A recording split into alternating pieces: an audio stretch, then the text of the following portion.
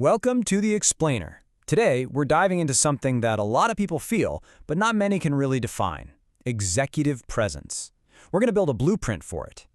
So, let's start with a situation that might sound a little too familiar. You're crushing it at work, you know your stuff inside and out, but you feel like you're invisible when the big promotions or the really cool projects get handed out. You're doing all the work, but not getting the credit. What's the deal? Well, it often boils down to one key thing. And that key thing is executive presence. So to get started, let's get a really clear definition on the table.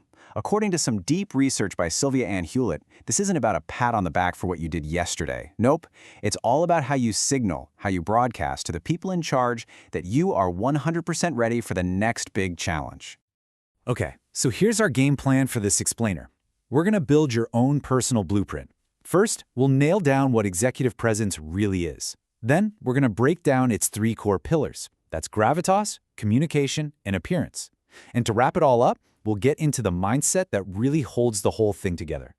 So what is this it factor people are always talking about?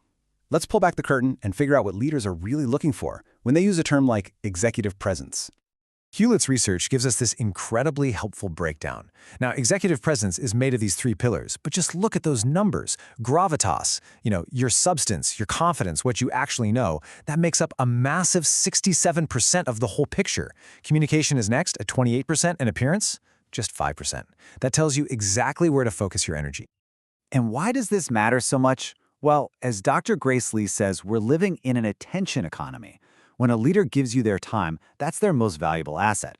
But real presence is more than just grabbing their attention in a meeting. It's about gaining what she calls mind share. It means you're occupying space in their head even when you're not in the room. Since gravitas is clearly the heavyweight champion here, let's start there. This is the foundation of your presence. It's all about the substance you bring to the table and the confidence you project. So, how do you build it? For starters, you've got to know your stuff cold. Be the person who's 5 questions deep on any topic in your field. But it's also about your actions. Leaders are looking for people who take initiative, who show emotional intelligence, and as we're about to see, who focus on adding value, not just talking about themselves. Victor Cheng gives us a perfect example of this. It's a simple but really powerful shift. Look at the left side. The focus is all me, me, me. It's a list of achievements that honestly can sound a little arrogant. Now look at the right. He uses those exact same facts to establish his credibility, but then he immediately pivots to helping them, the audience. That shift is what adding value is all about. Of course, having all that gravitas is fantastic, but if you can't communicate it, it's your best-kept secret. And that brings us right to our second pillar: how you package and deliver your ideas with authority. And believe it or not, you can establish that authority from the very first words you say. Vocal coach Laura Sokola has this brilliant little technique.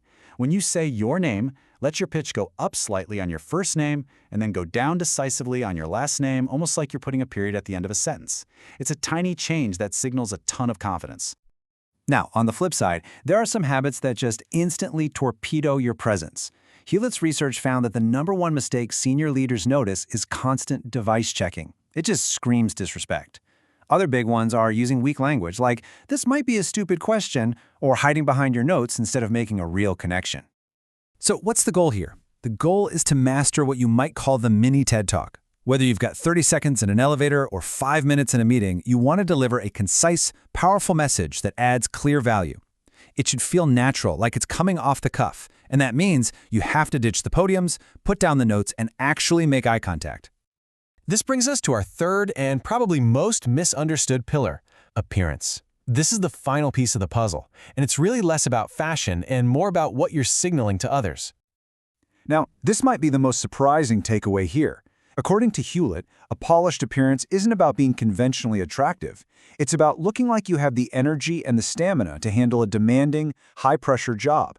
You're signaling vigor and resilience. It's about looking the part before you even get the part. So, we've covered the 3 big external pillars. But you know what? None of them are going to work if the inside doesn't match the outside. And that brings us to the last and maybe most important piece of our blueprint: the leader's mindset. This is where it all comes together. Dr. Grace Lee argues that real executive presence isn't an act you put on for work. It's the natural result of what she calls internal congruence. That's when who you are, what you believe in, and the impact you have on the people around you are all perfectly aligned. It's authenticity in action. And this, of course, leads us to the big challenge that pretty much every professional has to deal with.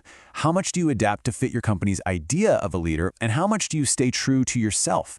The trick is finding that balance. Bending where you can, but never breaking on the things that really define you.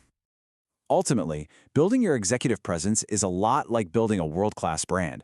A brand like Coca-Cola didn't just happen by accident, right? It was built very deliberately, with purpose and consistency over many, many years. In the same way, your presence is the sum of all your actions over time. So the final question really isn't just what do you do, it's who are you consistently?